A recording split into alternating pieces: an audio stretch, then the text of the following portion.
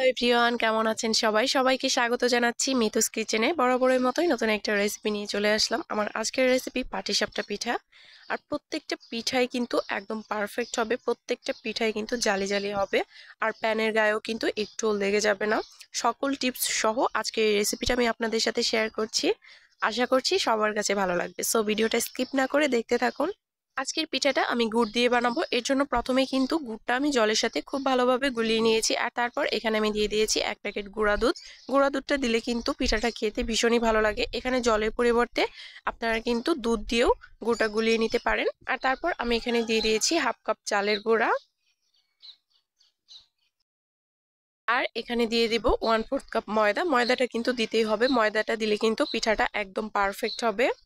এখন এই সবগুলো উপকরণকে একসাথে আমি খুব ভালোভাবে মিশিয়ে নিচ্ছি।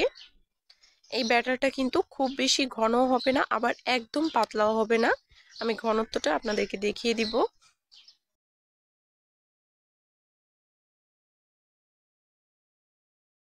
আর এই মিশ্রণটা কিন্তু একদম স্মুথ হবে, কোনো রকম কিন্তু কুচি কুচি থাকা যাবে না, তাহলে কিন্তু পিঠাটা একদমই পারফেক্ট হবে না। আমি কিন্তু একটা হুইস্কের সাহায্যে খুব ভালোভাবে এটাকে মিশিয়ে নিচ্ছি। আপনারা চাইলে এখানে হাতের সাহায্যেও এটা খুব ভালোভাবে মিশিয়ে নিতে পারেন। এই তো একদম মসৃণ করে কিন্তু আমি এটাকে মিশিয়ে নিয়েছি। এখন এটাকে আমি রেস্টে রেখে দিব প্রায় 30 মিনিটের জন্য। এই ফাঁকে কিন্তু আমি ভিতরে পুরটা রেডি করে নিব। এখানে আমি প্রথমেই কাঠবাদাম কেটে নিচ্ছি। কাঠবাদামের পরিবর্তে কিন্তু নারকেলটাও দেওয়া যাবে। নারকেলটা দিলেও কিন্তু খেতে ভীষণ ভালো লাগে।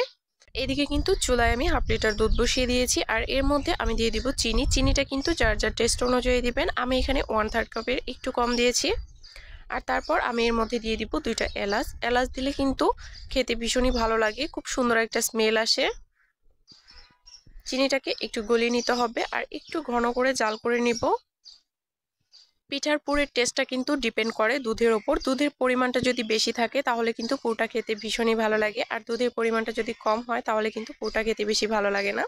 যাই হোক, দুধটাকে কিন্তু আমি বলকা নিয়ে জাল করে নিয়ে তারপর এখানে আমি সুজি দিয়ে দিলাম। আপনারা চাইলে কিন্তু দুধটাকে আরও ঘন করে জাল করে নিয়ে তারপরও সুজিটা দিতে পারেন। আমি সুজিটা দিয়ে খুব ভালোভাবে নেড়েচেড়ে মিশিয়ে দিয়েছি। তারপর এখানে বাদাম কুচিটা দিয়ে দিলাম।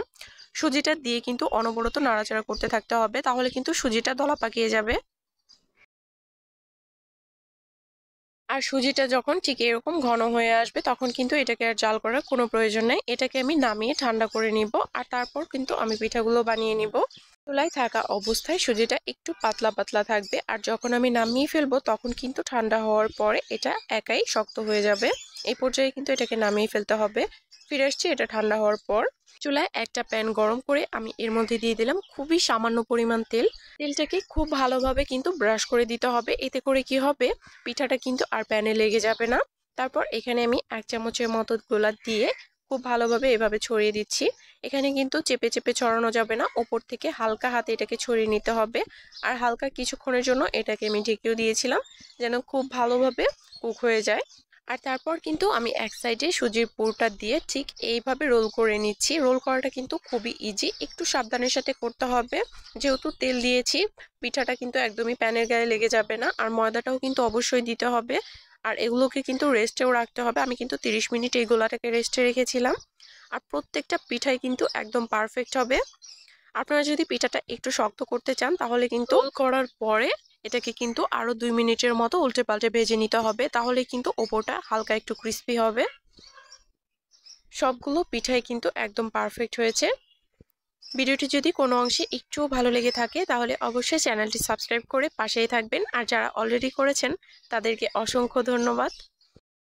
কারো কোনো প্রশ্ন থাকলে অবশ্যই কমেন্ট করবেন, আমি কিন্তু সবার কমেন্টেরই রিপ্লাই দেই।